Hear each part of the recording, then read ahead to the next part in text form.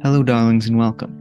I'm Jethro Swanson, though I often go by Homegirl Shade online. Today, I am joined by Andrea Abellera. She's a devoutly faithful woman, and now, having studied computer science at the University of Manitoba here in Canada, is attempting to navigate the modern world and build a life for herself while following her religious beliefs. Together, we discuss her faith, relationships, the positions of men and women in our society, as well as questions such as, is it morally right for women to work in tech? So join us as we defend the indefensible. First thing I'd like to just begin is knowing a little bit about where you came from, where you grew up in your early life. So I'd like to start there. Oh, yeah, absolutely. So, hi, my name is Andrea, and I am Jetro's guest for today. And a little bit of background about me. I grew up in the Philippines, and I am an immigrant to Canada. So, to be exact, I spent the first 15 years of my life in the Philippines, and it has been super formative. Like just being part of two completely different cultures. The difference of East to West is vast. Okay.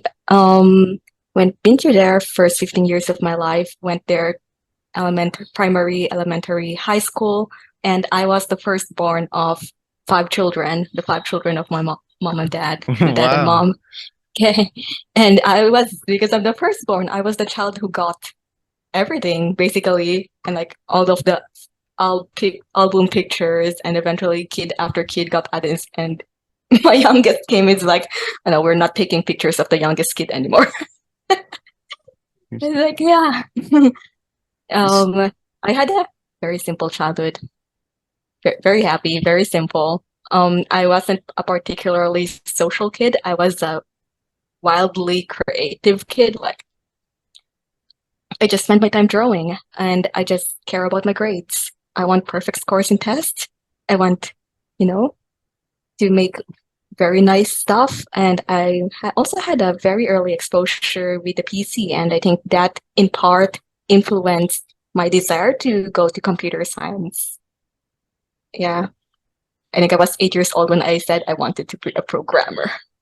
I don't know what a programmer does. I don't know anyone who's becoming a programmer, but I still want that. Wow. So what made you Yeah. choose that? What attracted you to that thing?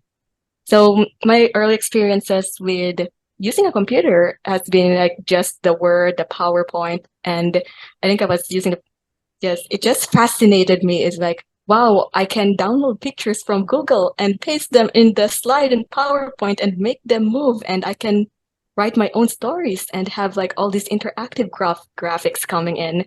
And yeah, it's I feel like just it's boundless. There's so much you can do, and I think it was one of my aunts when she said like she suggested to me just very it's like not a strong suggestion, but she um casually stated it's like, Andrea, what if you become a programmer and you know that they are the ones who make the things that you see inside the computer? I'm like, really?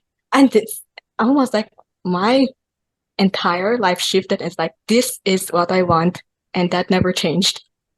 Yeah. Yeah, I have no idea what coding was. I think my first experience with coding has been like I almost got broken because I just can't seem to understand it.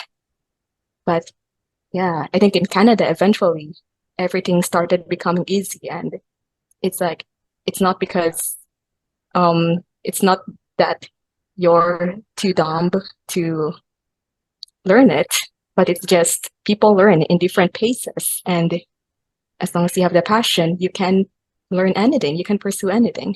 I think that's what I learned. Yeah. Uh-huh.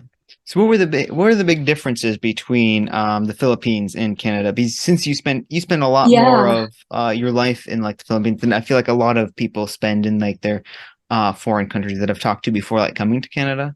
So I want to know Mhm. what are the big differences? Okay.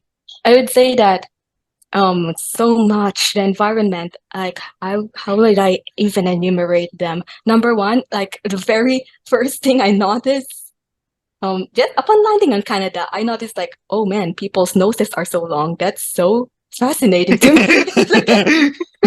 I'm like, oh, how could they be shaped like that and not like this?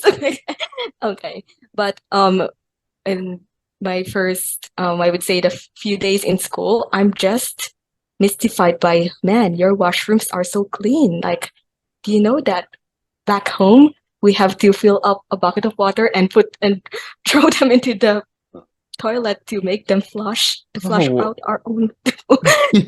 It's like, oh wow, they're so well maintained, and you have free water, you have free air conditioning.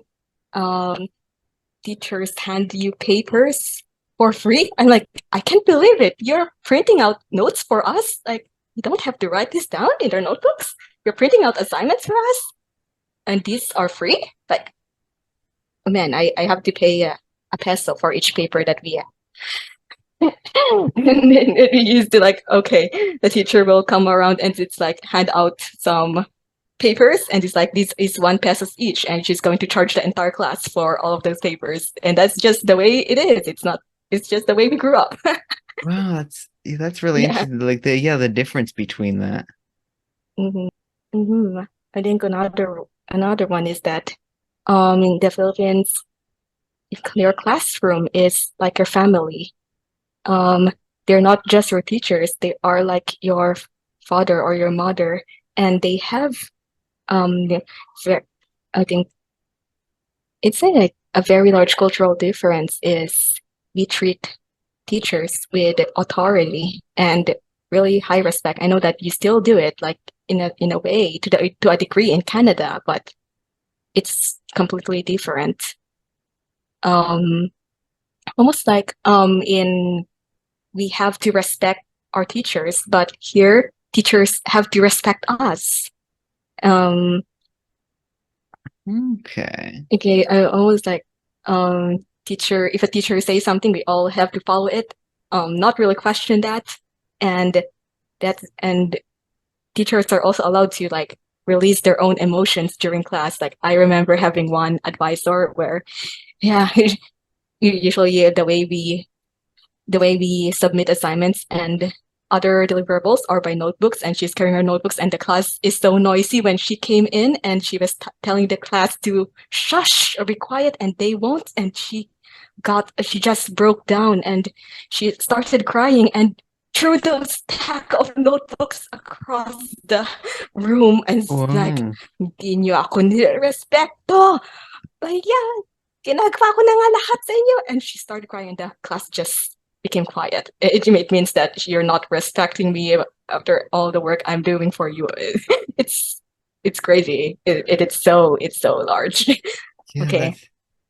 so you Yeah. mentioned before when we were talking about um differences in like the students, I think. Um Uh-huh. it probably you like I want to know like I think you mentioned roasting Canadian students and so I want to know what's the like when is your opinion on Canadian students? Oh man, you're I mean, you're very laid back. Like, I think you don't really take studying seriously. Almost it's just a chore. Maybe in a way, like because we're all students, studying is the chore, right? It's just the right thing to do. But um, I don't know, maybe it's because I grew up like I'm more of a diligent student and an overachiever. And I know that Canada also has lots of those, but it's almost that how do you call it? Can I like just repeat on what was that? Yeah, so we always just wondering like that was kind of the thing I was hitting on, right? Was just like what you thought Mhm. like the Okay, get roasting you all.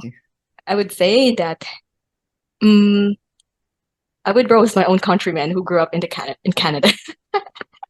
It's like I literally like I'm a Filipino coming in high school and then I realized that in one view or in one glance, like the Filipinos who grew up here are a different league from me. I'm like I think it almost makes me feel a little self-conscious because they have like a fully made up face and they're dressed up like very, I would say, revealing slash stylish. I mean, I would say stylish is good. Revealing for me was quite a surprise.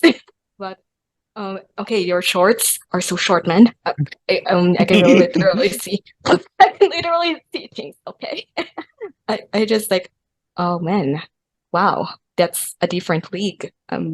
We are used to uniforms, and my uniforms will usually just cover our entire bodies and our legs, and and it was like, wow, this is wild. I think I would say that, wow, this is wild. I feel a little bit detached, and even the way they speak is so different, and it's almost like they prolong the end of their sentences and it puts so much intonation. I was wondering, is that necessary? Is that a way to just vent out or express yourself? Like, mm. Okay. Example. I'm wondering. Um, Like, Example. For a lack of proper example, I'll just reference anything it is through. It's like, I can't believe my camera isn't working. It's like, oh my god. Okay. That's so annoying. I guess like I found that so annoying. Oh yeah. Um, Relationships. I mean, there are definitely high school relationships in the Philippines, but here, my man, couples are kissing openly in the hallway. Um, that is, you'll get grounded. You will get sent to the office if you do that. I'm like, okay, I guess fine. I would see a couple like get all so lovey-dovey and very huggy. It's like fine, fine. I guess that's just how the way things roll in here. Um, um, I would say like I got used to that eventually, of course, and I came to accept that yeah, this is just the culture. I mean, I don't completely mesh like the way I grew up versus the way people act here might not completely mesh, but it doesn't matter. I'm steamrolling my grades. I'm getting by high school in flying colors with all my 100s and 99s and 98s. So like, fine. I don't care about anything else happening in high school. I just want my awesome grades. yeah. So yeah, I get the sense the Philippines is a Yeah. much more like conservative Uh-huh. like culture. Huh. Yeah, it Yes. is. And it's so our most Asian countries as well, I believe. Yeah. Yeah, I think that's generally what I've gotten from that is that Canada Mhm. is a bit more like open and liberal like that. Um, what made you come to Canada? Hmm. Yeah. So the bit of history is that this is something that we also did not expect as a family.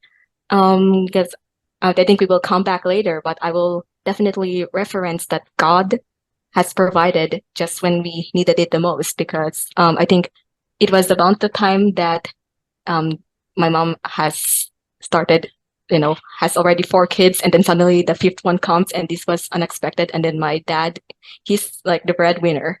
And I think the way that our family also worked was very traditional, where are the breadwinners. My mom is normally women are expected to usually just tend to everything that's home, right? But my mom is also very tact in a way that she also run a lot of side businesses when I was just alone, and I got to see firsthand all the businesses that she was working at. And like one of them was the water station, and it's so cool like seeing like we have a water refilling station back in this adjacent city, and my mom will take up all these water, like large water jugs, into the back of our car, and sometimes I will ride in them and deliver them to our neighbors. They are like the clients who are subscribing to the water service that we are offering. But eventually it's like my mom can no longer really, I think life just gets hard as it goes by. Like Hmm. suddenly there are more competitors and we are losing revenue. And my dad started getting laid off job after job. Um, and to our surprise, we're having a fifth kid. It's like, man, how how can we take care of all of them? I would say that. Yeah, I guess um I guess there is insurance, but still it's not like the government gives you allowances for having kids. It's like, well, pay for everything that you need. So we learned to be very resourceful, like, but eventually this opportunity came that we can move to Canada. We don't it's like, now you are a permanent resident in Canada. I'm like, really? You just have to finish these processes and you can start residing in Canada. And so we did our best. Like, definitely, my parents definitely consulted each other and realized that maybe this will give us a turn for the better. And, a turn for the better for all of our kids and all of their futures. So, oh, Dad went there first because not all of us are prepared. Like, the process was very fast, but there's just so much of us. So Dad went there first, and we sold our current house. We moved to a smaller house, and we continued to we redid the process, and we got our application restored again. And now I think the time was ready that our family can make the big move to Canada. And I graduated high school in the Philippines, and I'm about to start college in the Philippines, in the University of the Philippines. But it's like, this is a permanent move. We are leaving everything behind, the life that we used to know, the life that I used to know, and going to a country where we know nobody and start a new life there. So yeah, I would. So what caused you to decide on like Canada rather than like the United States or any of the other different countries in the world? Okay, I'm not part of making that decision, so I wouldn't answer that. Yeah. But it works out. If it all works out in the favor of Canada for sure. Yeah, I suppose they do have pretty like open immigration policies and stuff, so that's probably plays some part into it. Yes. So then you went to you started going to university here in Canada, then, right? So how was that? How has that experience been for you? Yeah, before I went to Canada, I returned to high school I returned to high school in grade 10. So almost like I might have graduated in the Philippines, but I'm just 15. 15 is not a post-secondary age in Canada, and I think it's also proper that I get a proper Canadian recognition of my high school graduation. So went through the process of going to high school again, and I think I did not like it at first because I'm like, why am I learning food chains again? We are already learning organic chemistry and calculus, and now we're back to 5x equals 10. What is x? I begged to my guidance counselor to put me in grade 12, but yeah, that's not right. So I stayed in grade 10 and finished through the motions, and I realized that was a blessing. That was a blessing because I was able to take advantage the fact that your high school, then you don't need to accelerate your way all the way to adulthood. Like, enjoy your teenage years, girl. I'm like, yeah, right. Yeah. Yeah, I suppose it probably gave you a very nice like inroad into like kind of exposure to Canadian culture and everything as well, right? That to like is help you. Absolutely correct. Yes. And a very well needed conditioning for myself to completely settle, because yes, I'm still in shock. This is a new place, and everything I ever knew is not what it is now. Yeah. So then after that, you went into university, right? So I did my best to get into university. It is my complete dream to go to university and pursue computer science, because that has been what I wanted since I was a kid. And I think in high school, like, one of the great perks that they have is that they have programs already for teaching computer science, or even I was in Sisler. they were also teaching digital media and cybersecurity, and I was like, wow, I can, wow, we have so many great programs. I'm actually happy that I went to high school now.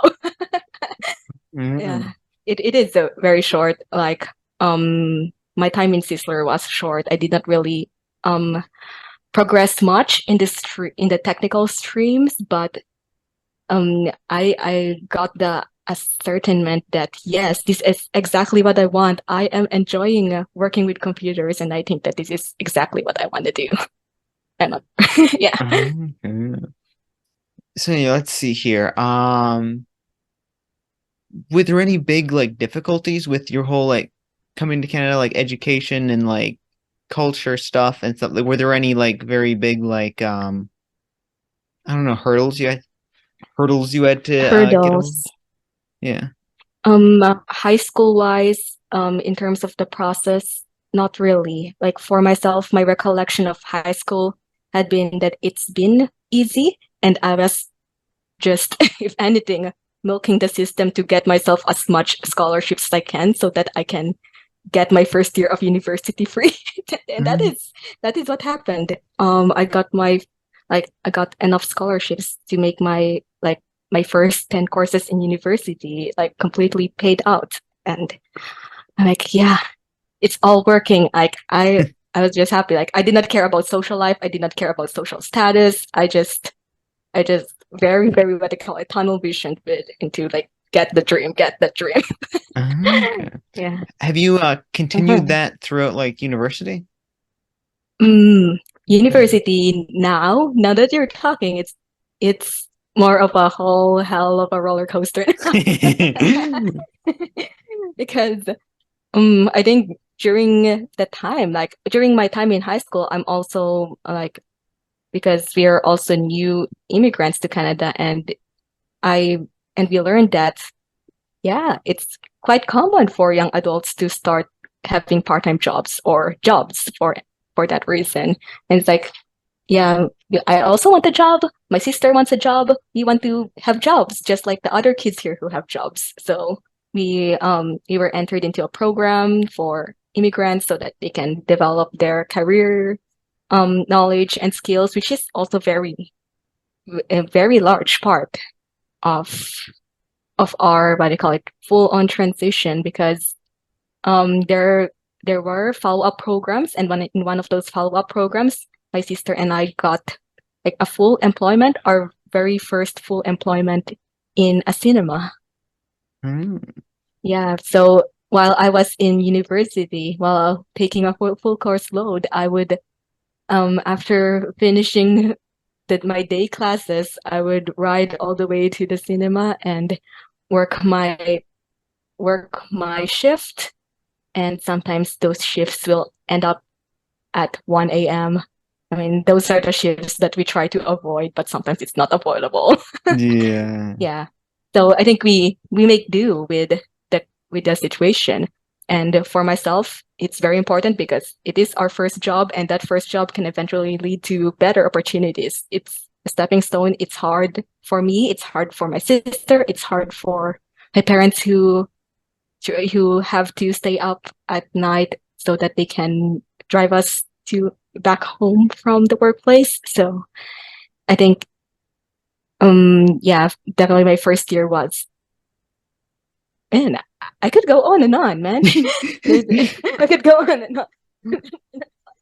Okay. My first year was interesting in a way that I am a full student, but also that I also hold my job, like a very interesting like job that basically takes my day. Um, but I think we can skip so many more details. I don't want to make this podcast too We long. don't have to go into every Uh, single detail about this one. yeah, Oh, that is exactly correct. so Mhm. one final thing about your upbringing that I Uh-huh. want to talk on though is religion. Like I want to know a little bit more about like what part it Yeah, played because I think that's a yes, big part of. because we talked about it. Absolutely. Okay. So I think it's also a good continuation for my current life story because religion that is definitely going to be integral from that point forward. So yeah, I know your background, Chatero, and You it's also almost very, very, what do you call it? I have high respect for you for letting me jump onto this podcast. Like knowing, like even though you're not, I would say, a super religious, or you would consider yourself more of a liberal, like, oh, you were actually allowing me to we know to that's share a my big part background. of Wow. that's a big part of what I wanted to do because like I'm not religious at all and I'm very like more on the like Uh-huh. the liberal side from my just like base inclinations. So I like trying to get Uh-huh. like opposing viewpoints and see like what do people who don't like share my same Okay. view kind of think like and try to understand people because I feel like there's really not enough of that of like trying to like understand what people on the other Mhm. side think and like why do they like have a different viewpoint than you and stuff. Oh So yeah. yeah, like I think that's Yeah. I think we um can come into like a very interesting conversation with this. Okay, so myself, a little bit of my religious background is that my parents are both, they met in a Baptist church, so it also follows that they are both Christians. I mean, in particular, Baptists when they met, and they got married, I mean, in a very ripe age of 29 and 30. And I got born to them, and essentially, I grew up in a Christian home. And as a young kid, I just went with them with church. I get dragged to church with them. That is my experience. So went through like Bible lessons or Bible classes, Sunday school. I learned of Jesus Christ when I was young, and I accepted Jesus Christ as my personal savior by faith through grace. And I testified of Christ before the congregation and before I made the decision to get baptized. So it was very straightforward for me. Like my belief is not laced with any drama or any complexity. I wasn't broken beyond degree. I wasn't scared of hell or, fear mongered to go to hell. I was simply a kid who believed that Jesus Christ is real and that he died for my sins. And I accepted that. I mean, did my upbringing influence me towards that decision? Yes, it did. But was I coerced to it? I would say no. It is a decision that I made when I was small, and I still hold to that faith. So continued growing up, serving with my family, attending camps and conferences. And I think one thing that might be pretty interesting, because as a 13 years old, I started 12 or 13. I was a teenager when I had the desire to read the Bible cover to cover. I'm like, yes, I'm actually going to do it. And the book felt very real to me. And I finished reading it cover to cover, and I would say, I'll do that again. I read it cover to cover. And I I still do it today because I know the contents of the Bible in a very head knowledge way, but I mean, and so can anyone. But for me, it is deeply personal. It is every time I read it, there's something new and applicable to my life that I can take from it. And I think the big question comes here, like which will you might want to address, is that growing up, did I question anything from my religion? Or was I even permitted to question anything from my religion? Because I think that is where the misconception comes in. sure, yeah, I'm Mhm. interested in that. Mhm. Yeah. So I would say, did I question anything in my religion? Yes, absolutely. And but what was I permitted to question anything? No, at least for us, I believe in a doctrine like divine liberty, which means that every person born in the world or every creature of God has the free will to decide what they believe or whether they will or will not submit to God. So, so was I permitted to question my religion? That is a yes, because saying a no will otherwise is otherwise very antithetical to the nature of what God planned for people. Yeah. And I So believe that, yeah. so I have a question. Uh-huh. Are there any things that you currently like question or pieces that you feel like don't quite fit in? Like, is there anything that you're currently? Hmm. And that is where very interesting things come in. Like going through my teenage years, I would say that I am in a state. If I would like fast forward my entire story and just describe the state I am now, I am stronger in the faith than ever before. and living my best, and truly resolute that I would like to do my best for Christ. But I think in my teenage years, especially, this is the years where you not just question your parents, you question everything you believe. And the high school I grew up in the Philippines, I know I was mentioning that it was strict. The teachers are authoritative, but at the same time, it encouraged free thinking. Because the high school I was in was a Philippine science high school. And actually, it's like a very high intellect. It's a very meritocratic high school. Like all of the kids from around the region will come in and take an exam, and the best scorers of that exam get into that high school. And actually, they teach them like very advanced things. And because they are believed to be a smart bunch, they also encourage to think freely. Like our curriculum has bits and pieces of evolution as well. We're like, okay, this is the theory of evolution, this is the theory of operant, and these are the different stages of Homo erecti until it became Homo sapiens, and we have to memorize all of the names of those different stages. Like, I can definitely still remember Australopithecus. Like, and so like yeah, so yeah, and you're in the smart universe. You're a smarty pants is what you are. So I have so for evolution, like, do you believe in evolution then, or to some extent, like, or is that like completely not real? Like, what is?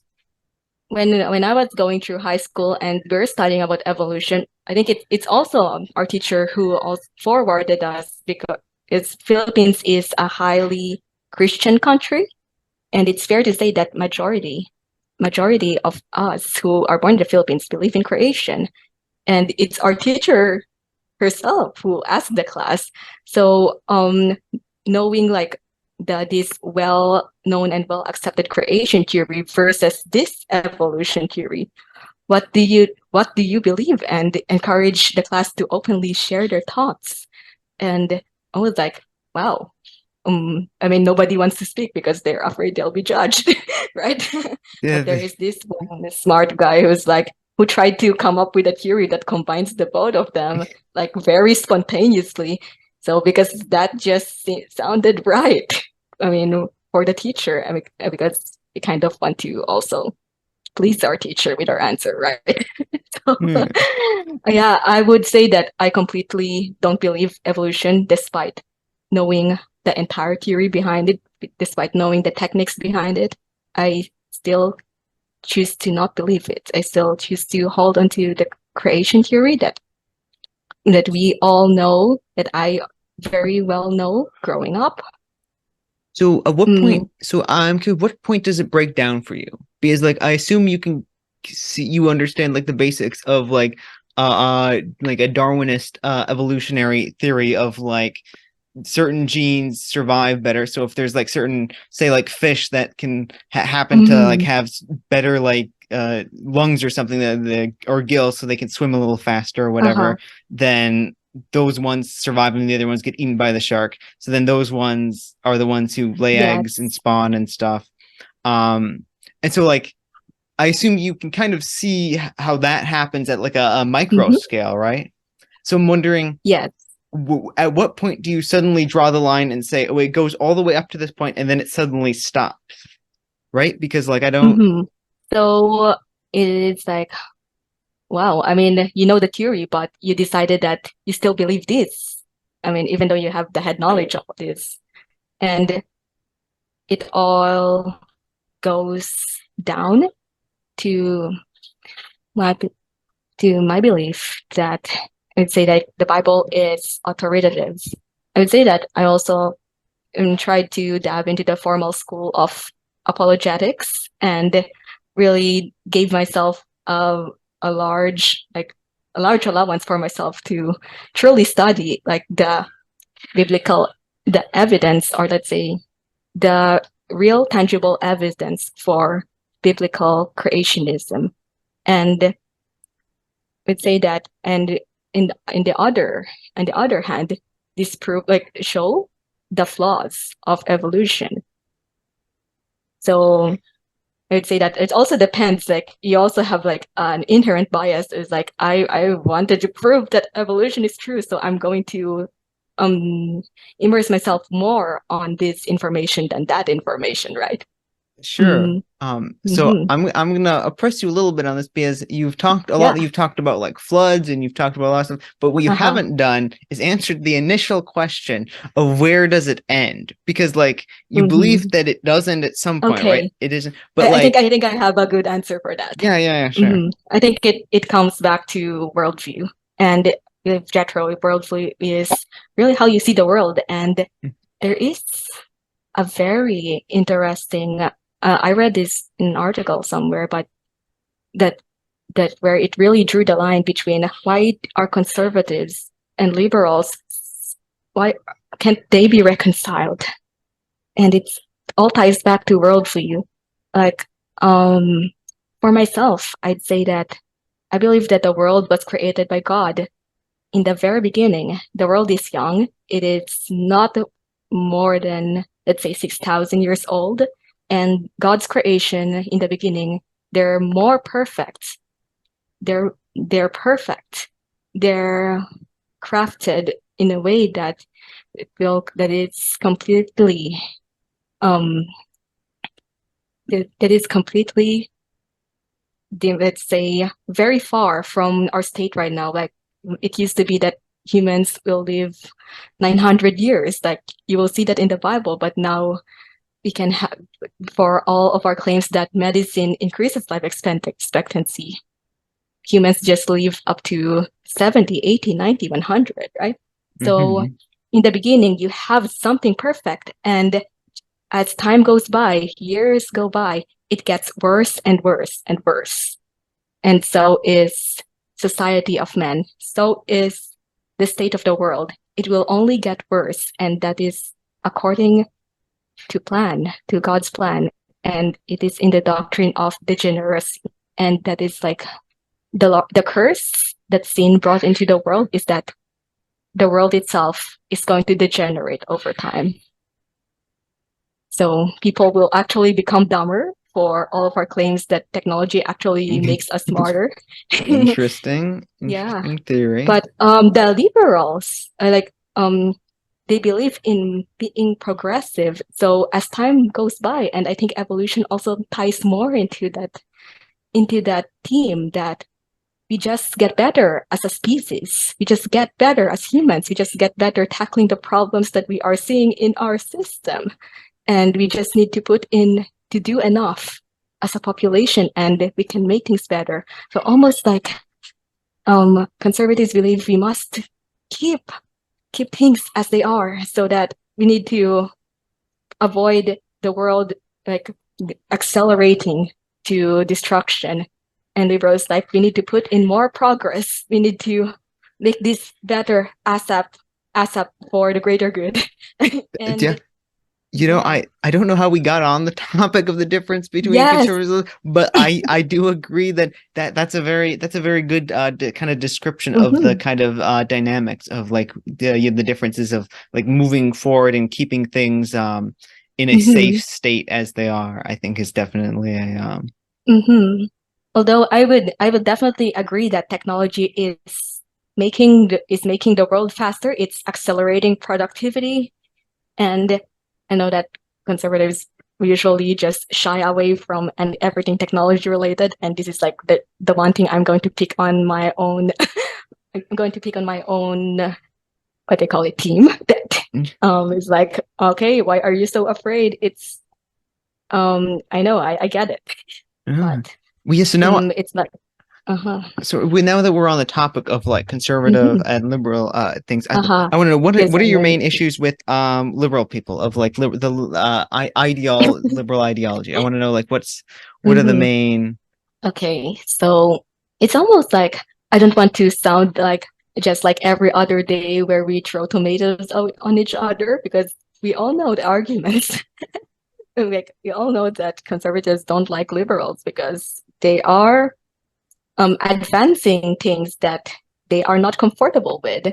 Like I would say, you're mentioning like legalization, abortion, gay rights, and for many of our lot, this is they're not comfortable about that. But for myself, I'd say that my basis for like being more conservative is very biblically and scripturally aligned. I would be in the side of God and not on the side of man. Yeah, interesting. So now I want to press you on one of those things. Is Yes. Gay rights is a big issue with the Bible, since it like very clearly states that like having like gay sex is an abomination and stuff in it, right? So I want to know like how do you reconcile that some people are born having sexual orientations that aren't proper according to the Bible and are according to your religion then presumably sent to hell? Yes. How do you rectify that these people are kind of like predestined to burn forever because of the way they are created? Okay, for sure. So I think I'll begin by saying that nobody is predestined to salvation, and I'd say that in the doctrine of the degenerates, I mean, I don't mean the slang connotation of degenerates in a way that it's horny, but it's like it is the doctrine that people are without salvation by default. They are lost by default, and all people, even though if they are young, when they're old, when they're good, or if they're bad, or they're considered someone reputable, someone honorable, or not, they are all destined to hell. So I would say that gay people, they're not. So it's almost unfair to just pick on gay people on this matter, because even the most righteous, I would say, priests or monks, if they don't know Jesus Christ, they will still go to hell. So, is it true that gay is a sin? Yes, according to the Bible, it is. But I wouldn't say that gay is a precursor or a prerequisite that damns people to hell, because I would say it's just one of many sins. So like seems kind of this seems kind of strange to me, to worship a deity that you believe is creating and then subsequently damning large swaths of the people it creates to eternal like torture or whatever, based on its own whims. Like that seems like that doesn't seem like a deity that I would like to worship if it's doing that, right? Like that doesn't seem Yeah, although I would say address that all people, regardless of their, let's say, sinful track record, let's say they've had gay sex or they will continue to have gay sex, but if they believe in Jesus Christ, they will be saved. But let's go back to the question of what makes me worship that God personally? Because I would say that this is also one of the questions I asked when I was a teenager, when I was young, because this is something that we're taught. We're taught that God is good, right? God is righteous. God loves people, but why? Why is this just seems unfair that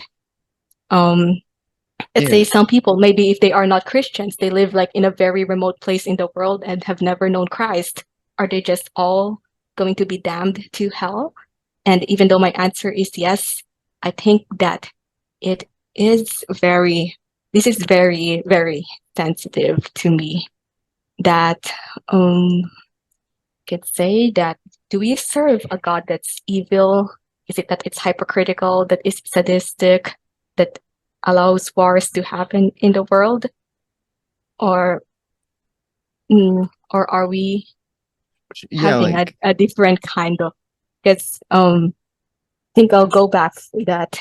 You are completely valid for feeling the way you feel. And I think that's the vast majority of people. They can't come to terms in a God they cannot come to terms with a God that it just seems so sadistic or so evil.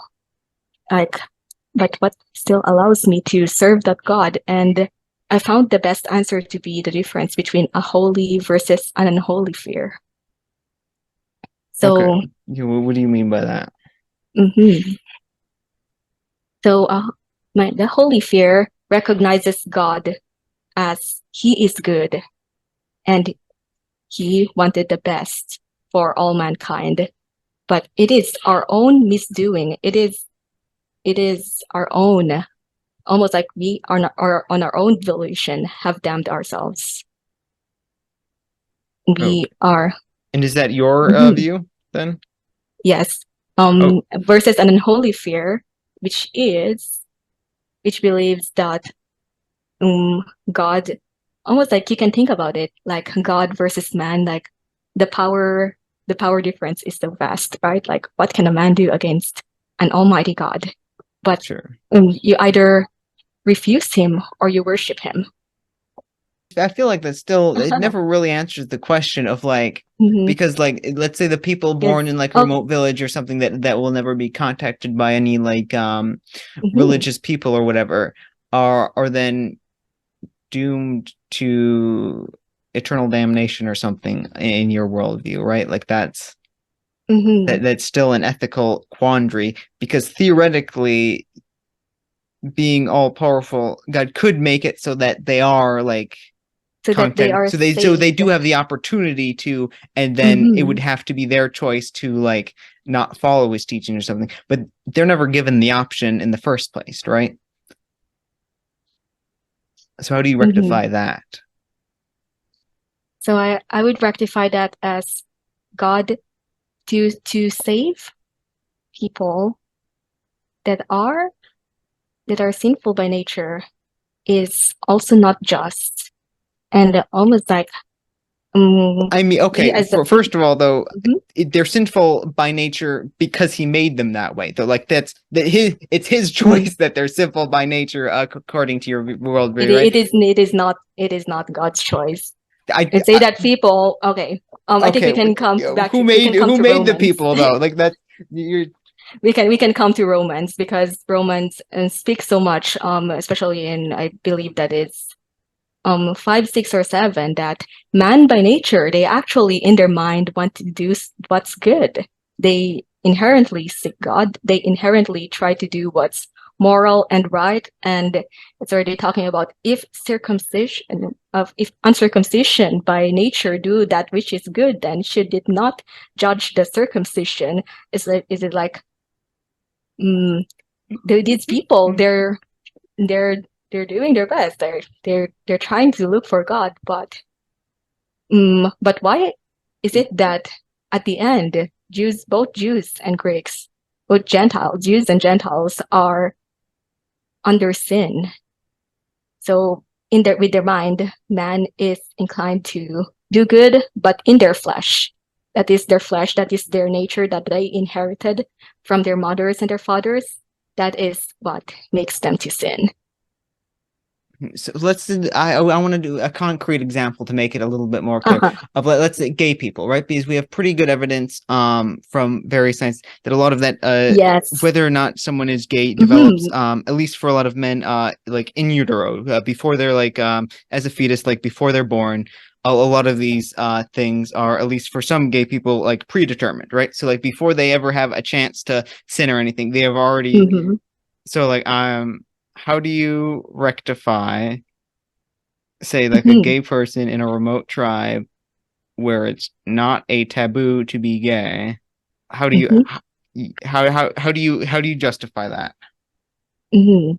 So I would begin by saying that being a gay is natural. It is a natural form of sin. Like, it is natural for me to like fornicate with my mind. For example, I may not be gay myself, but yes, I would say that I have every now and then I do get the feeling that I have a strong desire to have sex, and do that with people who are not even my husbands. And how is being gay different from that? So why is conservative speaking on gay specifically? It is because that I think it is it is our doing that we make certain issues larger than others. Yeah, so I'm trying to rein it in. I want to Mhm. know, Yeah. okay, so we have some people that are built with that are already Mhm. set on a path Yes. to Mhm. go to hell and have no real option to ever not do that. I want to get very clearly down to like, how do you To the very. justify this in your worldview? If you're like you worshiping Mhm. a I would deity say, that's doing that. I would call myself very privileged that I was given the right to know God, because I know that this is not the case for every individual. Like I would say that if my if the God did not send the pastor that taught my mother that she needs to be saved, or God did not send the campus effort that told my father that he needs to be saved, I would be lost. So it's a kind of just Mhm. like sucks for them, but it doesn't. I guess they're screwed, but it doesn't really Mhm. matter. And It's kind of. I think it's our very own undoing to say that, to almost view this in such what do you call it, a very objective sense. It's like, man, souls are these people, think about their souls, but we can only think so much. Like, I can only think about my life, like, because I ought that I would say that we have compassion. We should have compassion on these people. And thing is that it's not for me. God was never the problem in the beginning. It has always been the adversary. It has always been the devil. And the reason why people are being damned to hell is that because we chose to be spitting images of the devil, of rebellion. And almost like, I would say that you're thinking of sucks to them, but um, it is. I would not call that process selective, because almost you would almost believe in the doctrine of predestination, but that is not the doctrine that I believe. I believe that mm, everything, everything, the world, the events, the sequence of events is crafted by God. Whether or not you will hear Christ in your lifetime has been crafted by God. I'd say that. I'm gonna Um, okay. That's it predestination, isn't it? Though, is the if everything's controlled by God, the whole chain of mm, events that is, okay, then from the the start events, to the the chain end, of it's events. predestined that the chain of events happens, that the end result is It defined happens, already. but it is dynamic. The reason why it is not predestined is because it is dynamic. Okay, sure. So I would say that almost like as a people, like, would God delight that He sends you into a foreign land to be a missionary, or will you stay and disobey? So almost like, and you think about it, it's um, I would say that in a way you yourself almost like have a part in it, but it's not like Ezekiel that says that if you don't do your part, you are damned to hell, because uh we live in a disposition where when and once you believe, you'll be saved. You are going to be a child of God, and you have your portion in God's kingdom. So so I want to move on Hmm. almost, but I have a couple other Yeah, real quick questions. it's One, all right. Yeah, have you read any other religious texts? Like you've clearly read the Bible. I'm wondering if you read, like, I don't know, like the Quran, or I don't know, Quran. Buddhists have other thing of like, because like you've read this one book. Hmm. I would So, say, so it makes sense to like to test it against other ones and see like what other religious texts are saying stuff. So I'm wondering if you've done that. I was just wondering. mm, I would be honest and say that I have not in the sense that I studied the Bible, Yeah, and that's fair my enough. knowledge of those texts are very surface level. Like, possibly I would Yeah, know that's one way or another. I would know the doctrines. I would know the sayings, but no, it is almost like, I would say that, is there a reason for me to personalize them if I know that they are not the word of God. I see. Yes. I would say that you can take one or two good proverbs from Confucius and personalize that. Or let's say not even Confucius, you can think of Socrates, Plato, they are Yeah. those popular philosophers. Yeah. Mhm. Another thing. In the beginning, there was when Jesus or God gave the choice to Lucifer to either join him or not join him. Do you know the specifics of that? Like, was he fully informed of the consequences of if he didn't join? Like, is that explicitly written out or is it not? And So I would say that the passage in the Bible that talks about Lucifer saying that I will ascend, I will be like the Most High is mentioned in Isaiah, although we don't have much more details on like anything that ever came before that or what prompted that or what made Satan make the decision to rebel against God and take a third of the part of the angels. We knew that he took it a third happened. of them with him. I didn't know that.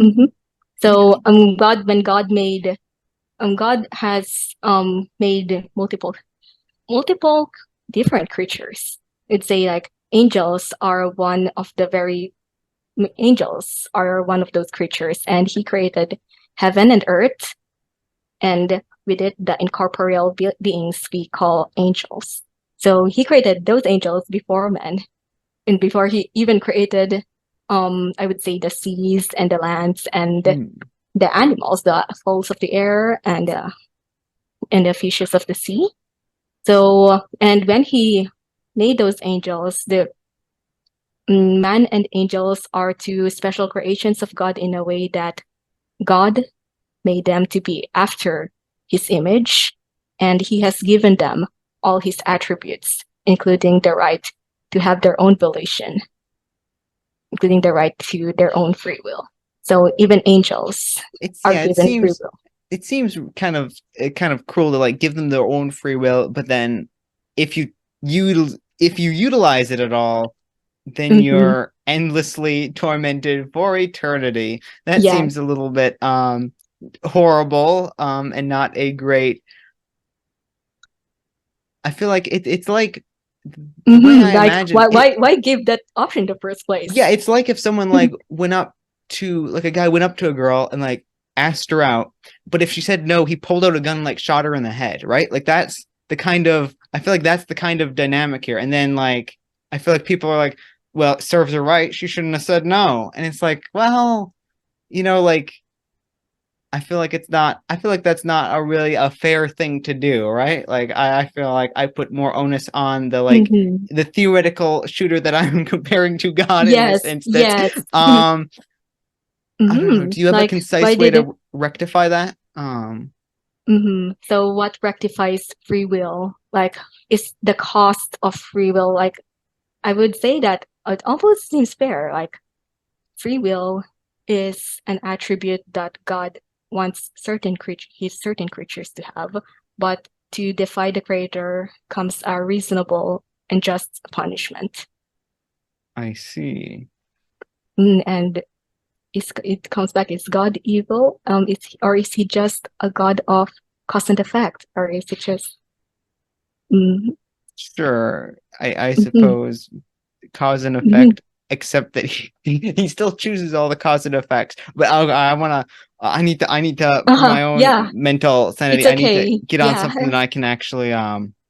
something that's the exciting. I wanna Hmm. so I think You what I can wanna go ahead. Yeah. yeah, what I wanna pivot now to is you mentioned seeing some kind of like gender dynamics as you were Hmm. going to like university and stuff between like men and women and stuff. And so Yes. I was really interested in like what you were seeing. Well, first of all, yeah, just what kind of things have you seen in that kind of general regard in that space? Yeah. And then now we can like shift into like, yes, it's more lighthearted because yeah, if I can actually be super honest about it, it's almost very interesting and fun. Yeah, yeah. Because I would say that, yeah, all my life I wanted to be a programmer. I don't know what it entails. I just wanted to be. And I don't know I've ever known any girl who wanted to be a programmer. So I'm kind of like all my life convinced that I'm a lone wolf, just forging my own path down oblivion and seeing where it seeing what's at the end of that road, right?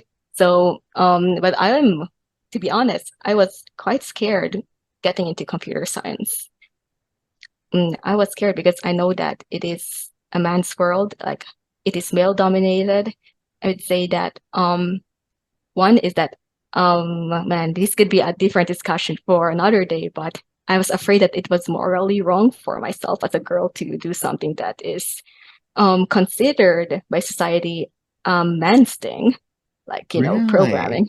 Like I was afraid, like, I don't know, like, am I being sinful for pursuing computer science? I know, like, it's such a weird, like, um, such a weird idea, like, but yes, that is a genuine concern of mine. And another is that I'm concerned for my safety. I'm like, I don't know if these men are going to be good men or bad men.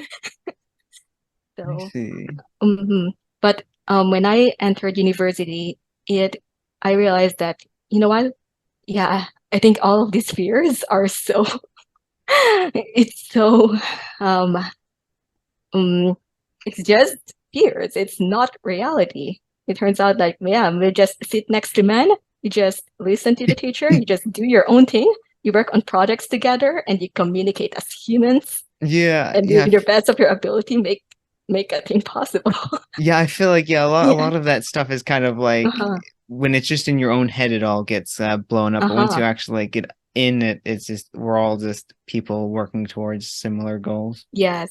But that Mm-hmm. is, yeah, you're one of the first people I've heard that like might have actually genuinely benefited from like more female role models in the space because it's hard to like balance that in a good way, right? Because men are like generally more interested in a lot of these kinds of like more Mm-hmm. things oriented careers. So it's a hard balance of like how much do you like show like women stuff without like actually like Mm-hmm. taking away from the fact that like it is going to always be generally more men because that's what men are interested in, and the like level of like extra like force and Mm-hmm. coercion you have to use to like Okay. change Yeah. that is difficult. Mm-hmm. It's a Yes. similar way with a I lot of think I like have a I think I have a very simple answer to that because yeah. um my it also ties back to my worldview. I started mentioning by I'm afraid this is this morally wrong for me to pursue a guy's thing that I am genuinely interested in. So yeah, one of my questions early on in my faith is that is I was stacking chairs after a church fellowship, and yeah, it's a manual task, right? It's a manual task. And one of the older ladies approached me and said, leave the men to do it. And I was scared, like, did I do something wrong? I was just trying to help by stacking chairs, and yeah, I guess it's in my power to stack chairs. Like, why? Did I do something wrong? Out of the goodness of my heart, I was trying to help. But so like after that instance, almost like I tried to see for myself if in a way is my religion like affecting my opportunities as a female, or because for me, I will, if this is wrong, I will drop computer science. If it is wrong, I will submit to God and possibly take a more female road in my life, routes in my life, or pick a program that's more geared towards females.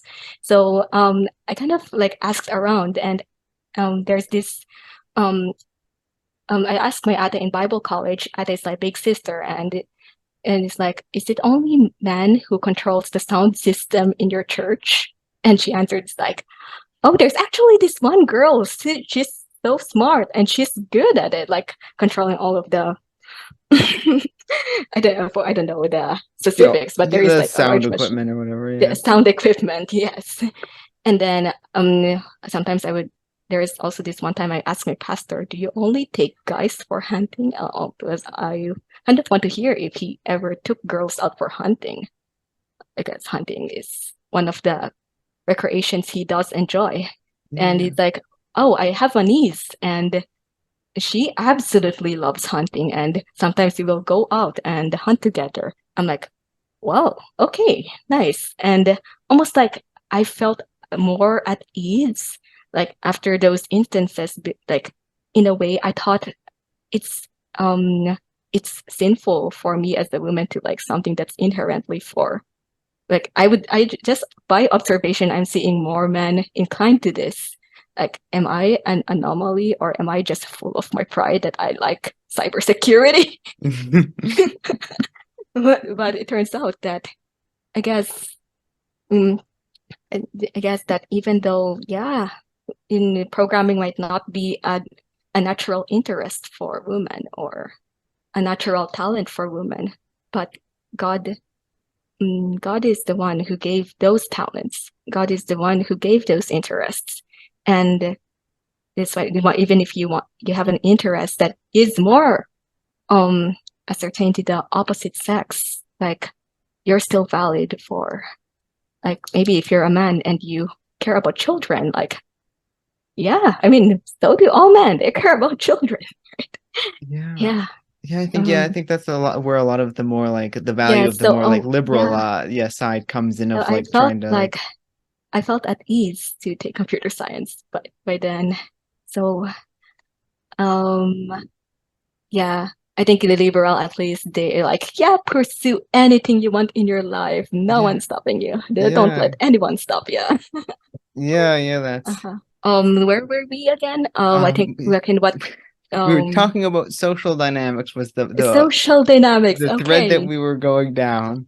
Um, Okay.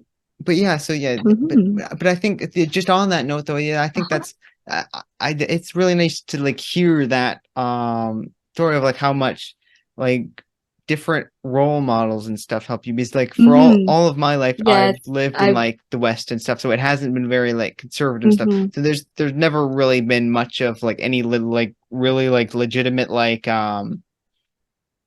forcing people into hmm boxes to the level that there is in like other places. So it's just neat seeing hmm the Yes. value of showing that. Yes. And I think it's also fair to point out that the reason why that felt like taking computer science felt morally uneasy for me is that, oh yeah, I mean, gender for sure. And we do believe that it is well known that conservatives almost like, yeah, women should do, it should be moms, men should be breadwinners, and men, patriarchy is oppressing women. And, but I do, I would say that I hold in the tradition, I still, my values align more in the traditional sense, or I would say traditional roles, because I do believe that God gave the talents, like God gave talents to women also to lead. Like, yeah, it's not leadership. Um, it's not just a gift given to men, or it's not like he made women to be deliberately dumber than men in a way that men can have preeminence over them. Like physically, that could be the case. Like the blueprint of men is that they could be more that they could be more stronger, more agile than women. Like Yeah. that is the way God built them. And the way that women are built by God is that we can rear and raise life with our own bodies. And almost like it almost implied that there is going to, but I would say that not the specifics of, engineers versus nurses are not specified, because there can definitely be male nurses and there can definitely be female engineers. And they can be definitely be good in their industry or trade of choice. But this ties more into like that our divine calling as men and women. I mean, it's not like, I mean, if my God wants women to just have children, then he'll get all women pregnant. It's so many, because so many, I would say, couples, they would that they could have children, but God does not give them children, but they are faithful to God, and that's their desire, but God does not give them. So I would say that procreation, despite being a popular Christian especially a popular Christian teaching is like, yeah, just make children, that is the will of God, is not really applicable because it is still God who gives and takes life. So it's not the will of God for women to procreate. No. But it is God's will for women to submit to their husbands in the home. Interesting. Okay, so now I want to get into this of like gender dynamics in the home of, I guess this is a different the gender roles in the home or something. So you subscribe to very much more traditional roles here, I suppose, right? Of like I guess I want you to describe what's your ideal relationship, and maybe what's your ideal partner. I want to like yeah, well, I want to get an idea of like what in your head is like the oh man, I don't want to go into too much because and I mean it definitely hits more like being a lady because yeah, you firsthand experience what it is like to like men, but it brings you so much troubles. Like, okay. So my ideal mate, I would say that yes, I want him to have the same faith as I do. I want him to be Christian, and also preferably I want him to come from the denomination that I came from, and that is being a Baptist. And I did not just base it completely on doctrine. Like I would just have taken them by word, but man, I've had so many instances where I allowed myself to fall for men who is I would say be flagged by God. Who will be flagged by God that okay, this man's an unbeliever. He's definitely not a Christian, as he's definitely refused me. What makes you think that you're going to be a good partner for him? And like he's tall and he's strong. I just want someone who's tall and strong in my life. Okay, fine. I'll send many tall, strong men to break your heart then, Andrea. Okay, so it is definitely important for me that because I love being challenged, but I don't like being tortured. I mean, it's definitely appreciate, having an intellectual discourse with someone who differs, who thinks differently from me. And it really fascinates me to know people who also like have different antics, different temperaments than I am. So I would say that in a way, I love them in a way that they are strong where I am weak. But I want us to share the same values. I would say that for me, I keep myself chaste, but that is because like I believe like I just want the best for whoever's going to be my future husband. And yeah, I would say that yeah, I think one thing I really, really want is a successful marriage. And I am afraid of an unsuccessful marriage. And I do believe that okay, it's not fair to say afraid, but I'd say like I hold men in very high regard, like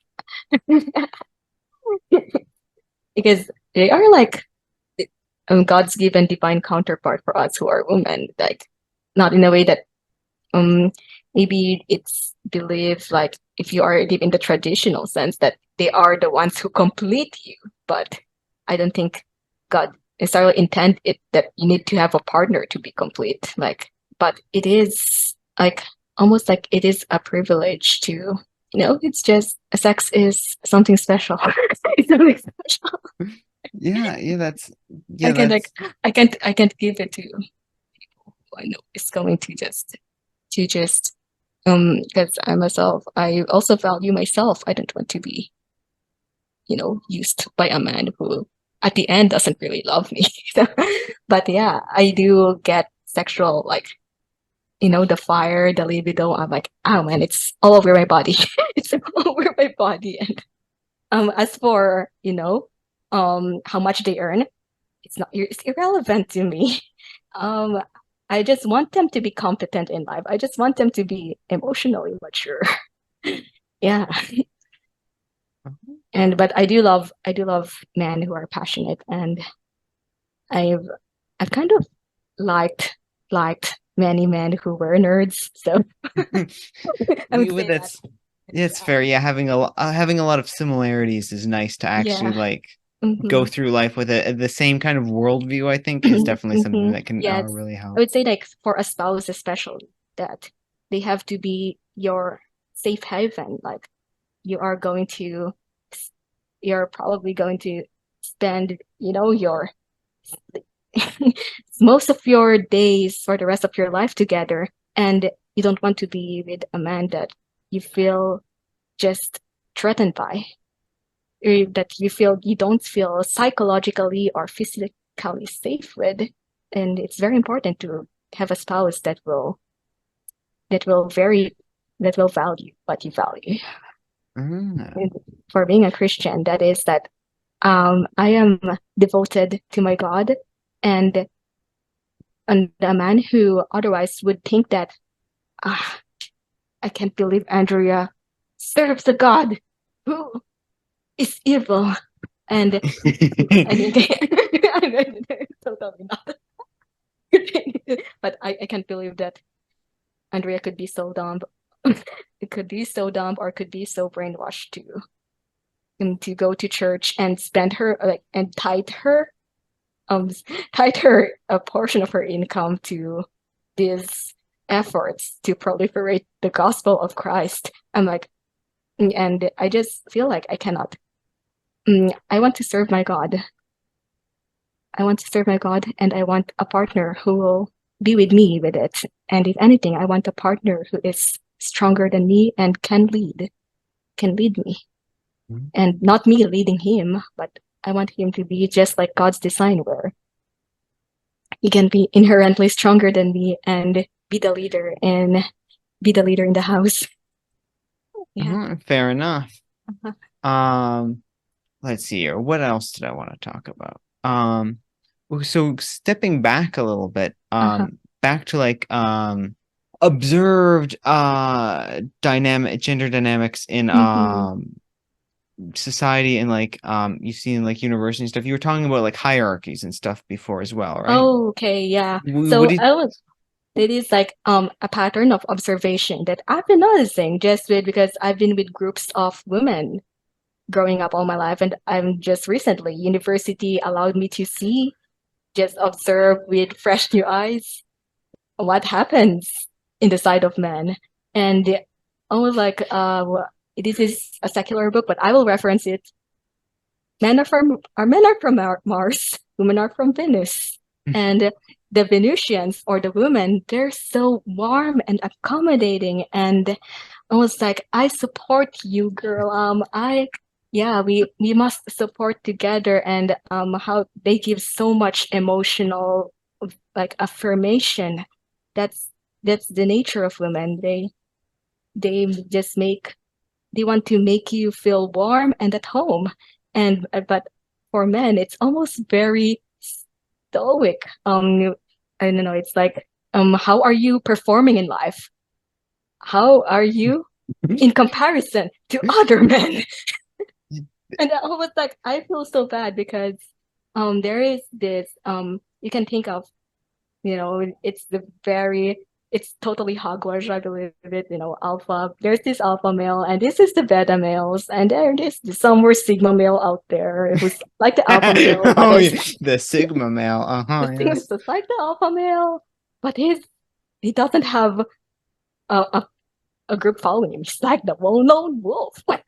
And like, nobody totally asked you to arrange yourselves like this, but okay, boys in computer science, this is 100% what I observe among you. Like, why are you arranging yourself like a hierarchy?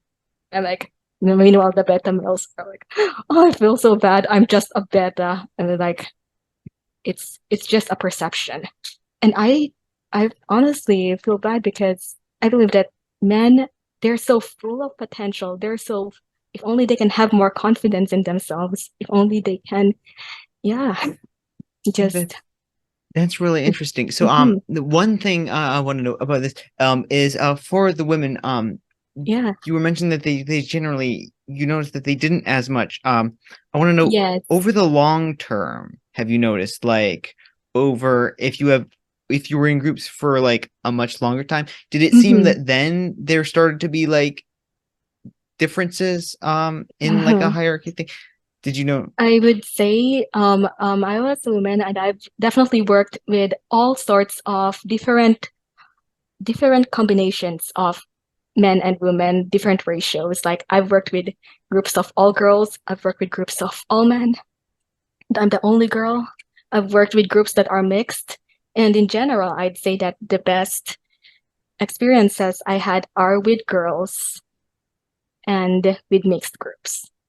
Oh, If I'm the only girl in a group of men, I've had a particularly terrible experiences with that. oh, really?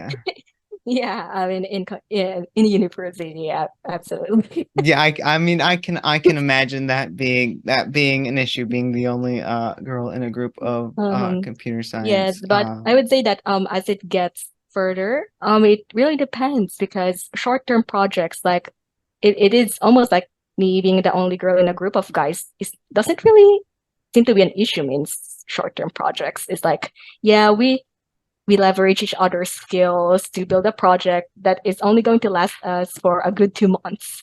But if you are in a student group or a student organization, and usually your terms are going to extend more than 2 months, it's going to 6 months, a year, or if you even, let's say, rerun for the same organization, 2 years, 3 years.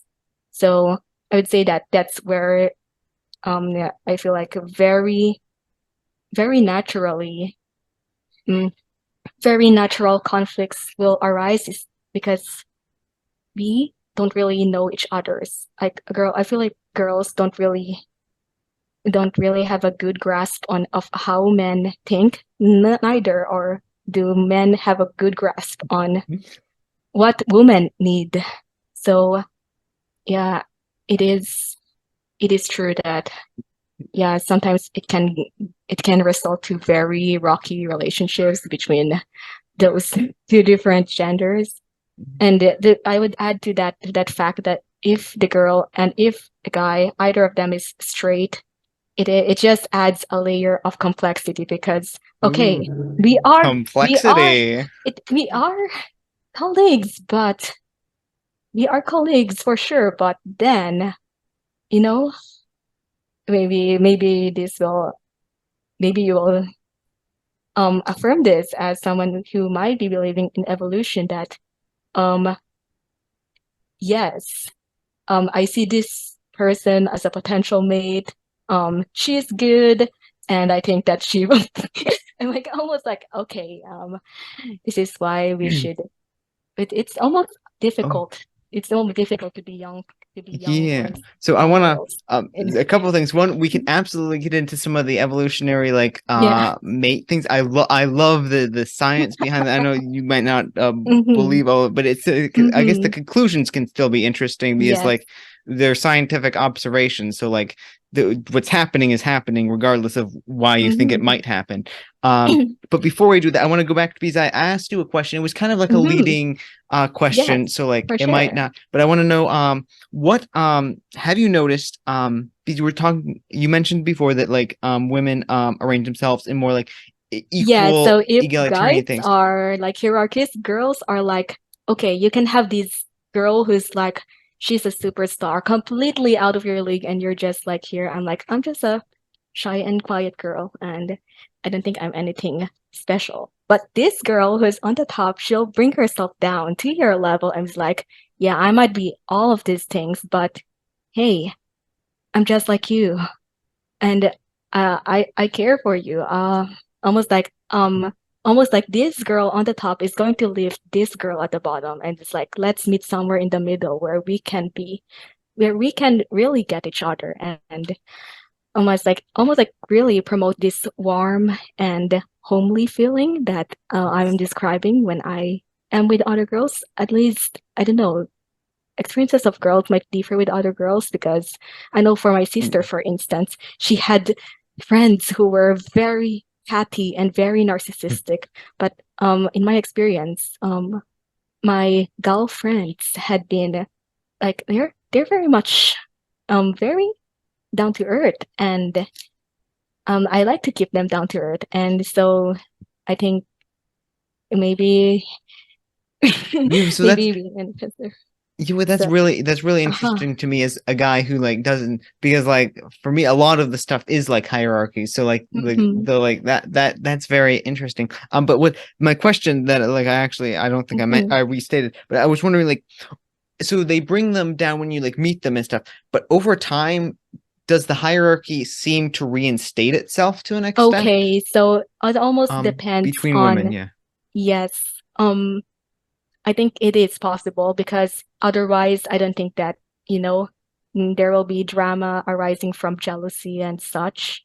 Because I think deep inside, like, we can be total best friends, but when this friend is like having a good job, she's promoted, she is like, she just had a boyfriend, she just have all her, like, it's just perceived because I know Yeah, that everything deep to yeah inside, has everything they got together. everything together. And this girl is like, but but why why is she getting good things in life but not me?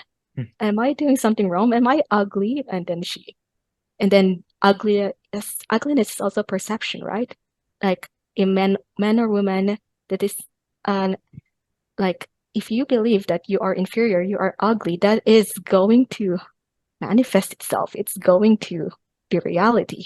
So if you believe that you're beautiful, if you believe that you are competent, that's going to manifest and become reality. And in a way, yeah, that hierarchy can be reestablished, I think, over distance, especially if the more the girl goes out of the league and stays far in contact with the other girl. I think Mm. the more that girl who feels like she is being left behind um, falls into cycles of self-destructive thinking. Ooh, yeah. Okay, yeah, that's yeah. Mm-hmm. So I feel like I feel like I led you there pretty heavily with my like line of questioning. So I don't know Uh-huh. how valid the end, because I was looking I was doing a little bit of research on that, and Mm-hmm. there was a study on that showed that initially men and women differed very greatly in like their hierarchy thing, where women are more equal and men very quickly align themselves in a hierarchy. Mm-hmm. But what the study found is that over the long term, it seems like women also did that. It was just much slower. They were much slower Yes. to like slowly placing. So Mm-hmm. like I don't know how much of that is actually like brought out in reality. And with studies it's always hard to tell like exactly because I didn't Mm-hmm. get a good look at exactly like how big the sample was or anything, so it might it Mm-hmm. could always be a statistical anomaly, but a lot of that is Yeah. what I've seen. Yeah, but so now getting into the other very cool part of like Mm-hmm. um mate evolutionary mate preference and stuff. That's really interesting Mm-hmm. because like that's generally I think why men like want to align themselves in hierarchy so much, right? Is because women generally choose men who are like at the top of Yes. the hierarchy, who are Yeah. more, so men Uh-huh. very much want to know where they are and like where Mm-hmm. they stand, because that's to them a very like Yeah. essentially that's the most one of the most important Most things, because important. Yeah. theoretically all the people before them had to know about that and had to align themselves and try to get to the top to Mm-hmm. actually pass on the genes. And the men who didn't and didn't care about that generally didn't pass on their genes, is the Mm-hmm. evolutionary theory for it. Um, so Yeah. that's just something that's cool. Mm-hmm. Yeah, I don't know. Was there any other things you noticed that you want to talk about, like the evolution? Because I love the like Yes. I don't know. Yeah. Is Oh there anything yeah, else you've seen? absolutely. Yeah. Like I would say that you can definitely have free reign to express what you think, what you believe. You can even oppose me like you were doing earlier. And the thing Yeah. is that I know that we are doing this in good faith. Like I've definitely had friends, like it was nice. It was intellectually stimulating to get opposed. I personally love it when people oppose me, which not a lot of people want to do. but Yeah, well, it can be yeah, hard, right? but it Like, is like but like if this, I think it can get to a point where those oppositions can actually be, you feel like um they're starting to just really, what do you call it, you um feel like personal they attacks. degrade, erode on you. It's Oh, starting to erode on you, and you feel like you're losing your sense of humanity, you're losing your sense of your stance, and almost like you almost feel the necessity of distance between you and that opposition. That is sometimes the reason why I try to like, there had been many times I uninstalled Instagram, because I do have many liberal friends, and during the pandemic, so many controversies have just rose to the top, and I'm like, I just can't stand it anymore. Delete Instagram. Yeah, I have to do that many times, but uh, yeah, definitely in that distance. I love being challenged, but I do need my distance every now and then to regain my sense of humanity. Just if it's just storms, arrows, and no, you know yeah, no because rest. you want nourishment as well, right? Mhm. Nourishment in the things that you truly believe in, and that is one deciding factor for me to drop university and go to Bible college. I did Mhm. that after my first year of university. I realized that I have so long just allowed myself to, I just allowed my brain to feed on things I never really believed in the first place, but I just want to know more about God. Like Canadian curriculum, like my critique of it is that um it's okay, this might be a good thing. Like I know liberals see this as a good thing, that it's been so permissive. I don't know, it lacked uh it's all over the place. I would say that What do you um mean by all over the place? maybe I would say that definitely the teaching, the things that Canadian curriculum teaches, as to say elementary, high school students, is more skewed to the left, because that is like the general culture and general value of Canadians. It's like we must be Yeah, accepting to everyone that's new and coming to our school. It was like, I appreciate that definitely to a degree, but it was lacking authenticity for me.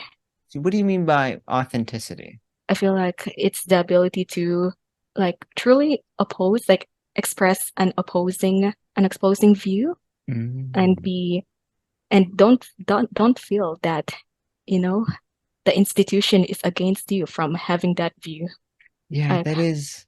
I feel like that is an issue that some of those types of things can mhm, run into, is getting too almost full of themselves, mhm, of their own yeah, righteous crusade kind of thing, of like, mhm.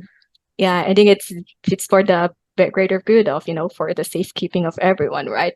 I think I would say like choose the lesser of two evils. But yeah, yeah, that is something that I felt was something that I that was taken away from me from all those years, that I am willing to drop my 12-year dream to become a programmer in pursuit of God. That I just desired something. I just desired nourishing myself on something that I believe in so much. I deem that more important than my very own dreams. but yeah, I suppose you can do Hmm. yeah, that's the nice thing, you can pursue whatever makes you Hmm. happy. Yeah. Um, were we in the um stream of? the last thing in the stream was, I think, Yeah. I was just saying that if there was any other things you saw with like men, regarding men or women, oh, you were talking about, like, yeah, I guess, which is men or women, like how they act and stuff. I might be able to provide some amount of like Yeah. scientific backing, since that's human Oh. psychology, especially differences in psychology between men and women, and like the Hmm. dynamics there are something I'm very like interested in and passionate about. So I've like Yeah. done a fair Okay. bit of like, so I I don't see. know if there's anything that you like noticed, or anything that you want to You like want to bring just up. share, right? Yeah, of just Hmm. like, hey, I noticed this thing is like, why do guys act this way, or something like that. Oh I man, don't. I Yeah, I have many questions. Just kidding. I Yeah. I would say that, oh man, I would then, as much as I have all these questions, I feel like it is better for girls to be with girls and boys to be with boys. I think, in the net sense, like if myself, I'm going to be a boy, like I would that he is my partner, then, you know, someone else, a casual friend. Like, if we are casual friends, we can only be casual. Like, yeah, we can like ask each other how our day went, or we can go out for coffee. But yeah, I think there's so much in our psychology that if we lay them vulnerable for the other sex to see, I think it's if anything, we're opening ourselves to lots of like almost like make yourself vulnerable. You're opening yourself to like attacking very, very core parts of what makes you safe. And yeah, so yeah, I do believe that for myself, like that's why I say that a girl in an all boys group is not going to work in a long term sense, is that a girl needs another girl, at least one girl, I would say. It does not have to be completely equal, but she needs someone like who's going to get her and understand her. And so is it like in a group of girls. Yeah, you can be open with the other sex, but it's going to be different. Yes, what is Yeah. the problem that arises, do you find with like when dealing with men?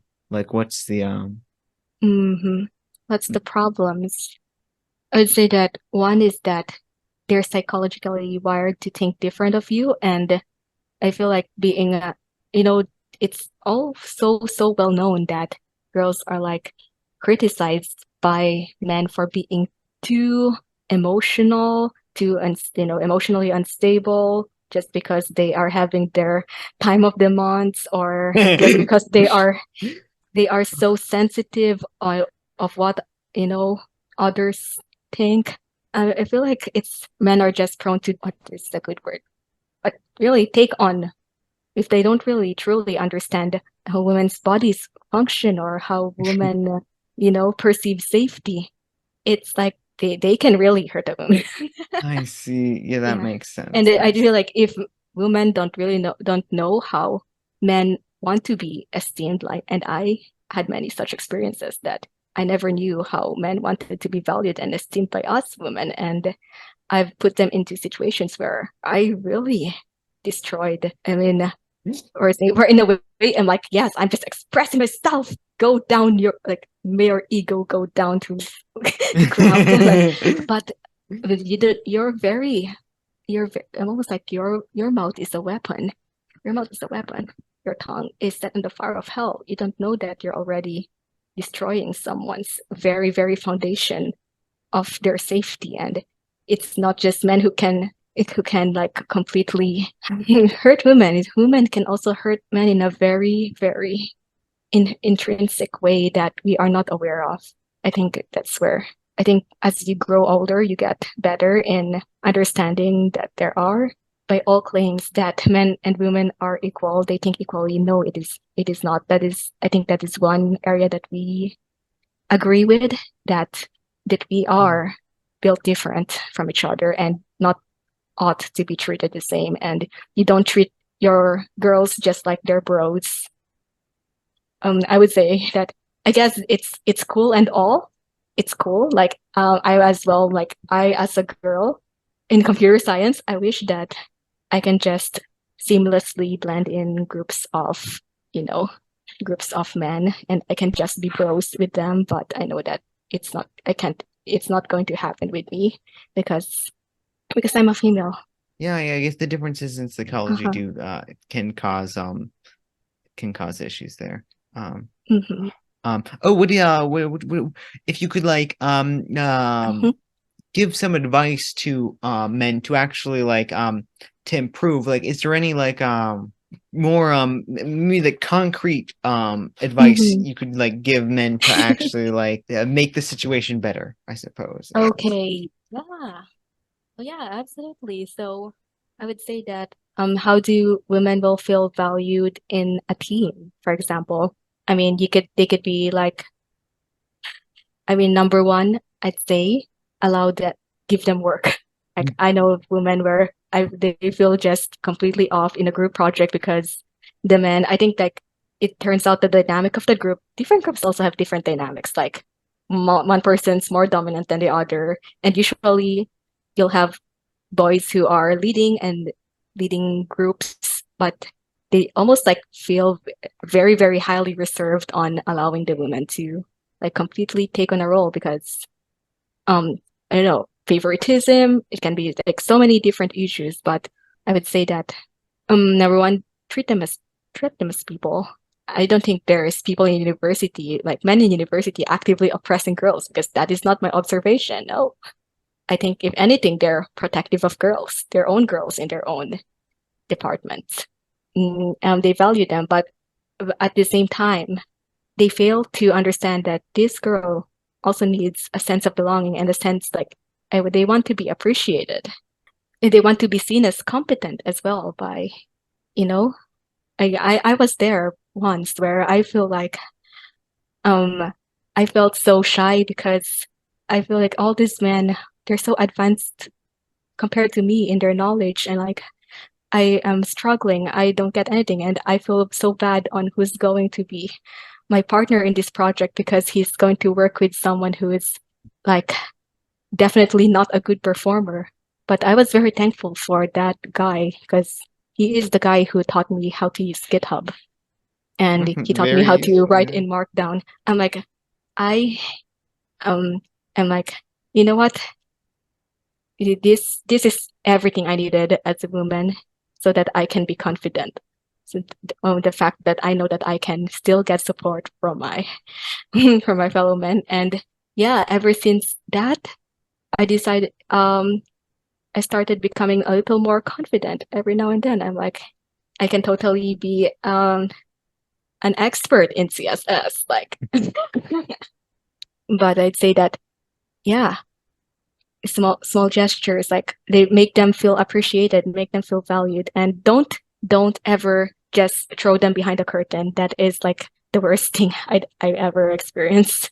Like you did all the work for them and they just throw you behind the curtain and like yeah, this is my like this is my initiative. I'm like yeah, sure, it's your initiative, but who was handling the work?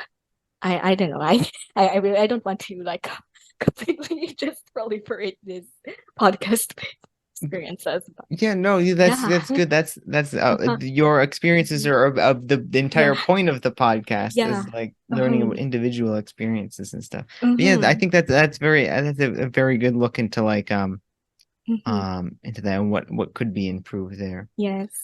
So yeah, I guess now I'll move on to where are you like heading in life? Like where do you what dreams do you have for the future, I Oh suppose yeah. is. Okay, absolutely. Well, I have many hopes and dreams for the future. Like, I'm living in Toronto where you say like there's no point in working because you could never afford a home.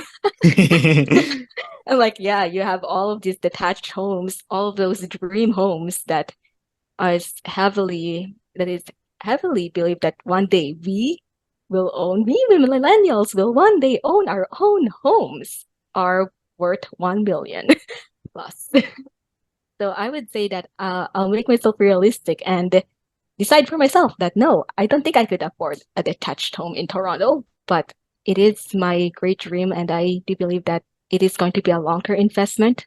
Like I look forward, I see my family benefiting for it. Like for me to start myself establishing here in Toronto, like um, I will start with an apartment, and I almost feel shy to tell my mom is like, yeah, I have this job like job where I'm possibly earning more than you and and you and your dad and my dad and but I could barely afford anything here, possibly just a small apartment room. And my mom said it's still a start, and I felt at ease that you know what, yeah, it is true, it is still a start. It doesn't matter if you're like in an apartment.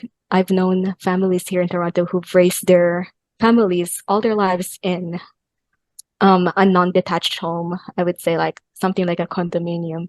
And it's not like they're pitiful for being in that state. It's just the state of reality, right? We live in the conditions that we can afford to live in. But if I see myself buying a property here, this is my dream. I want to buy a property here and start establishing myself like fully independent. And it is also my dream. Like we've talked so much about guys in this podcast. It is my we've talked so much about guys in this podcast, and it is true that I do have a dream that one day I'll have my own family. I'll have my own husband, a husband who's going to love me and he's going to, is someone who will be sharing my values. And I know I want to start a family together. Like, well, we'll probably like a whole different discussion on what makes you think that it's good to start a family in 2023. But yeah, it is. Maybe you might think that it is like evolutionary, that we just want to prolong our existence in life. It's just natural. But for me, I feel like for me, as coming from my worldview, and especially from a Christian worldview, I'd say that my motivation that yes, I do want to get married and have children one day is that my life is not ought to live for just self. I don't want to hit the peak of my life where I am earning so much, but realize that there is nobody really I'm working for. Like, I am in the peak of my life. I am in the peak of my strength and my ability. I think it's just good to have children. Like, not only because they're cute, and not only because they're a long-term investment for your whatever dynasty, or that because it's just going to make your parents happy, but I feel it is something that if the Lord wills, He can grant me a spouse, and He can grant me a family, and everything I'm working for right now, wanting to own a property, wanting to save up and maximize my investments in my early 20s, is all for the pursuit of the dream that, yeah, one day I would just want the best for my current and my future family. That's a very beautiful dream. I would say bucket list wise, what are my hopes and dreams in the future? Yeah. I mean, travel-based dreams. I wanted to go to Montreal, which is just our neighbor. I can 100% do that. I'll just find myself a time or a weekend. I want to travel to Israel for sure. It's like something that I do want to experience in my lifetime. I want to travel to Australia. Oh, wait, okay. So Israel, because it's like a religious. Yes. Yes. Oh yeah. For a second, I was super confused. Like, you're not Jewish. Like, why are you go? But like, it's all part of the Christian religion. It is. Yes, of course. Israel, or let's say that entire region there, is very, very. Yes. I would say it is the heart of. I mean, it is the heart of everyone who's like part of this trifecta of large monotheistic religions. And I would say that I personally would like to see the place where Jesus Christ grew. Like, if I can do that in my lifetime, I'd say I'll be happy. I mean, if I do get to heaven one day, and I'll still see Israel, but I think it's still cool. It's still nice to, travel to a place just for the sake of it. Like, I don't really like traveling. I probably mentioned that to you.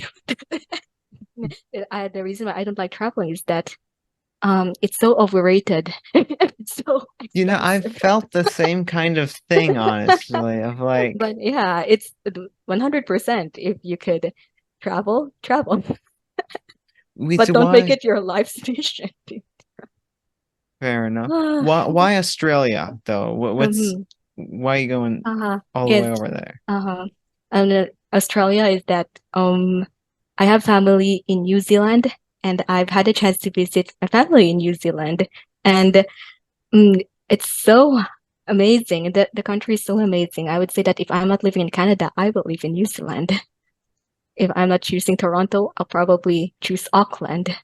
But but there is New Zealand's big brother called Australia, and I feel like it also has its own difference from New Zealand, but I just wanted to see, like, I wanted to experience the place, possibly with, like, maybe if I do have a spouse in the future, I want to experience that with him. Like, Mhm. hey, let's check out New Zealand's big brother called Australia, and let's see for ourselves if it's actually cooler than New Zealand, or if it's New Zealand's cooler than them. I don't know. Oh. It's very funny. It's a very funny rationale, but for the experience, for sure. Yeah. Oh, you know what? Okay, so Mhm. I was gonna go to the final question, but I have Uh-huh. one that just popped in my head for Uh-huh. is there any what do you view as the negative aspects of like being conservative or like or Mhm. and maybe not Yeah. necessarily free, but like in general, like I want to know Okay. Yeah. what you view as negative on that side, if anything. Hmm. Yeah. I would say that maybe I'm using this podcast like as an opportunity to really state, like, okay, conservative for the most part is just an estimation of where I best align with in the Canadian standard. Yeah, Because, yeah. you know, every country in the Philippines, definition of conservative in the Philippines is different from Canada. I still consider myself more of a Filipino conservative than I am a Canadian or an American conservative. Like, for one, I am not pro-gun.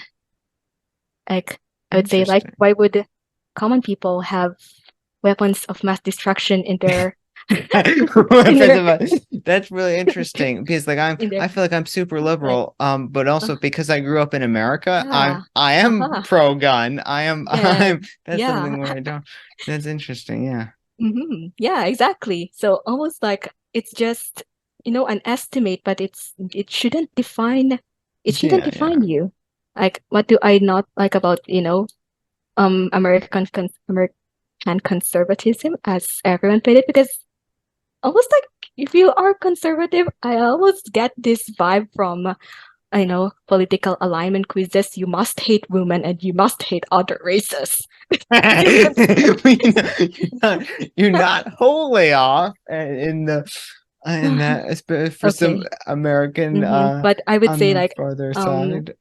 but more objectively, it's that, mm, almost like, I don't like the fact that they are very tech averse to the point that they easily fall into scams or conspiracy theories. I would say that bubbles, like, usually they tend to live in bubbles, and in those bubbles, almost like they have a very I would say that um I find it very nourishing and very nice to hear someone from, who is going to echo my sentiments, but I don't want it to be everything that I will ever hear. Like, I Yeah. personally would love, to still live in Toronto and still, be surrounded by whatever worldly viewpoints. But, because I feel like that grounds me more into the reality of this world, that, yeah, not everything is supposed to be a bed of roses. Not every person's going to be like you. Yeah. Yeah, and I guess going back going back to the matter, yeah, they are tech averse. They easily fall to scams because they're just so behind in their knowledge of tech that it's almost like, I don't know. I know so many people in my circle who's just very susceptible to getting hacked, to getting compromised, or getting just because they've never really allowed themselves to experience what they deem as an evil thing. And almost like, yeah, I wouldn't say immerse yourself to in the evil things, but, still be aware. Still be aware. Yeah. Hmm. Like, I am in computer science, so I'm definitely for tech. Yeah. Yeah, I feel Like, like that might be more of mhm, a in from what I've seen, slightly with the uh-huh. tech thing, slightly more of a maybe a Filipino um uh Mhm, offshoot of the conservative where tech is more of like a mhm. feared thing, right? Yeah. Okay. maybe in the America you think of tech as money maker. Yeah. I feel like there might still be Yeah. mainly I think the problem is conservative people, generally older people are also generally more conservative. It gets more Yes, as you that is so true. like there's also that overlap of like just they're gonna be on average older. So it's hard to say exactly what it is, but I feel like it's not as big of a dynamic what I've seen in like America and from the people I've talked to in Yes. Canada. But yeah, it's interesting. Mhm. So I guess for the final, Like, okay, oh yeah, I just thought about this. So one thing is that there is also danger on being too strict and not allowing I believe that children to like completely not know anything about sex until they grow old. that's So, I mean, I've definitely like I grew up like I've really kept myself very chaste. I mean, of course, it's not perfect, but but yeah, I've definitely do my best so that I can be chaste in my mind and in my no, I don't do anything very funny and sketchy for the sake of the people listening to podcasts. I am not naughty. I am not naughty. And yeah, definitely. I think it's still very important to talk realistically about, you know, instead of just keeping them away from the dangers of the world, talk realistically about them. And I think the church does do a good, my church, current church is doing a good job in that, but not all churches.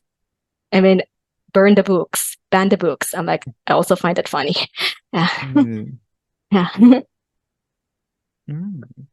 Well, then I will move on to the final Yes. question. I'm trying to Uh-huh. remember to ask all the guests, and sometimes remembering and sometimes not. Yeah. If you could change one thing about the world, one like kind of small thing about either the world or your life, like just turn some knob or dial just a little bit, what would you change? What's the thing? What's the thing that you're just slightly modifying? I mean, I would not give you an answer that I will not give people nor you an answer of something that's going to be super inspiring. This is the answer that you want, but for me, I would that people believe in Christ so that they can be saved.